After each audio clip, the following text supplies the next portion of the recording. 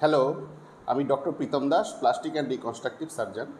আমার কাছে অনেকজন অনেক কোয়েশ্চেন নিয়ে আসেন।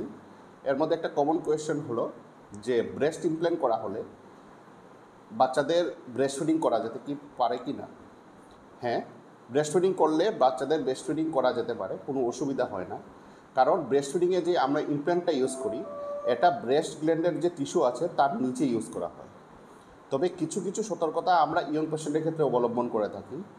কারণ ইয়ং পেশেন্টরা যেহেতু ভবিষ্যতে গিয়ে ব্রেস্ট ফিড করবেন, তাদের ক্ষেত্রে আমরা ইনসিশনটা ইনফার্মেমারি ইনসিশন দিই এবং তারপরে ইমপ্ল্যান্টটা প্লেস করি। আর এই যে ইনফার্মেমারি ইনসিশনের ক্ষেত্রে যে স্কারটা হয়, এটা মিনিমাল স্কার, দেখে বোঝা যায় না।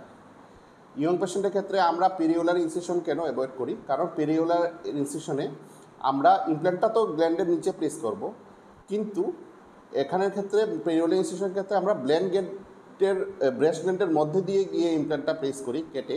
তার জন্য কিছু ব্রেস্ট গ্ল্যান্ড নষ্ট হতে পারে, তাই আমরা পেরিওলার ইনসিশন অ্যাভয়েড করি। তো ব্রেস্ট গ্ল্যান্ডের যদি ইয়ং পেশেন্ট হন আর ভাবছেন যে ব্রেস্ট ইমপ্ল্যান্ট ইউজ করা যাবে কিনা, ব্রেস্ট ইমপ্ল্যান্ট সার্জারি করা যাবে কিনা, ব্রেস্ট অগমেন্টেশন করা যাবে কিনা, হ্যাঁ, অবভিয়াসলি করা যেতে পারবে এবং ভবিষ্যতে আপনি ব্রেস্ট ফিডিং করাতে পারবেন, কোনো অসুবিধা হবে না। আমি আরেকটা জিনিস বলতে চাই, ব্রেস্ট ইমপ্ল্যান্ট যখন সিলেক্ট করেন, কখনো কখনো ইয়ং পেশেন্টের ক্ষেত্রে যদি খুব বড় এক্সপান্ডার হয়, তাহলে এডিকেটার সার্চ থাকলে কখনো কখনো ব্রেস্ট গ্ল্যান্ডে কম্প্রেশন হতে পারে। তার জন্য ব্রেস্ট মিল্ক কম সিক্রেশন হতে পারে একটু কম্প্রেশনের জন্য, বাট ব্রেস্ট ফিডিং করানো যায়। তবে যেহেতু প্লাস্টিক সার্জনরা সাইজ মেজার করি, ব্রেস্ট উইথ মেজার করি ইমপ্ল্যান্টটা প্লেস করেন, তাই কম্প্রেশন হওয়ার কথা থাকে না। প্লাস্টিক সার্জনরা এ নিয়ে হ্যাবিচুয়েটেড থাকেন, মানে মেজার করেই আপনার ইমপ্ল্যান্টটা প্লেস করেন, তাই কোনো অসুবিধা হয় না।